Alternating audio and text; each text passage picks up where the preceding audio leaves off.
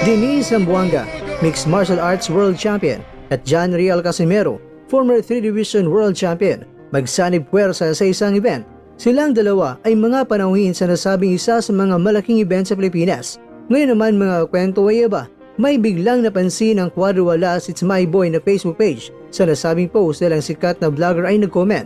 Pero ang naging banat ng Quadriwala It's My Boy ay ganito. Uy, ang isa sa mga nag-comment basta yun na yun. Sinabi niya na yung tao na gustong tagalan kami ng lisensya at nagbanta pa at nagsabing sarap na kita mahagmen. Abangan mo ang kontrata ampaw. Nang gagalaitin na talaga si Casimero na si Jason. Na sinabi pang ampaw. Isa raw sa gustong kunan siya ng lisensya tapos ngayon ay nakasuporta. Kupal ka ba raw? Tingnan daw natin sa comment mga boss dahil may kupal. Sinabi pang nagtawa pa ang taong gustong mawalan siya ng lisensya. Hindi raw siya magplastikan sa kanya at hindi raw siya tulad nila.